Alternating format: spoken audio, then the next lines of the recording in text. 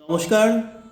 কবি রাজকুমার দত্তের লেখা একটি কবিতা ভগবান এবং এক এক করে সকলে ছেড়ে যাচ্ছিল, যেন যেতেই হতো ওদের একদিন। কারোর ফুরিয়ে গিয়েছে কারণ, অনেকের তো চাওয়াটাও অবশেষ নেই আর।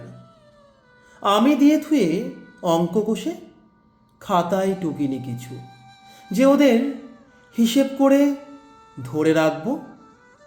ডেকেও ছিলাম অনেককে, জানি ওরা না শোনার অভিনয় করেছিল।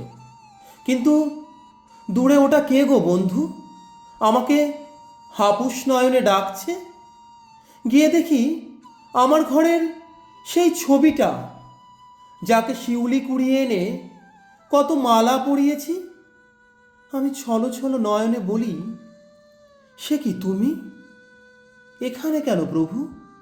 তুমি প্রখর রৌদ্রে কষ্ট পাবে যে।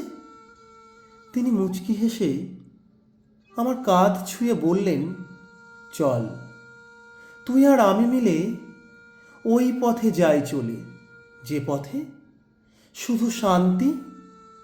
ওরে ও ভক্ত মোর, ব্যথিত ব্যথায় তোর গেছে যাক ওরা। ভক্তই ভগবানের প্রকৃত প্রাপ্তি। ধন্যবাদ।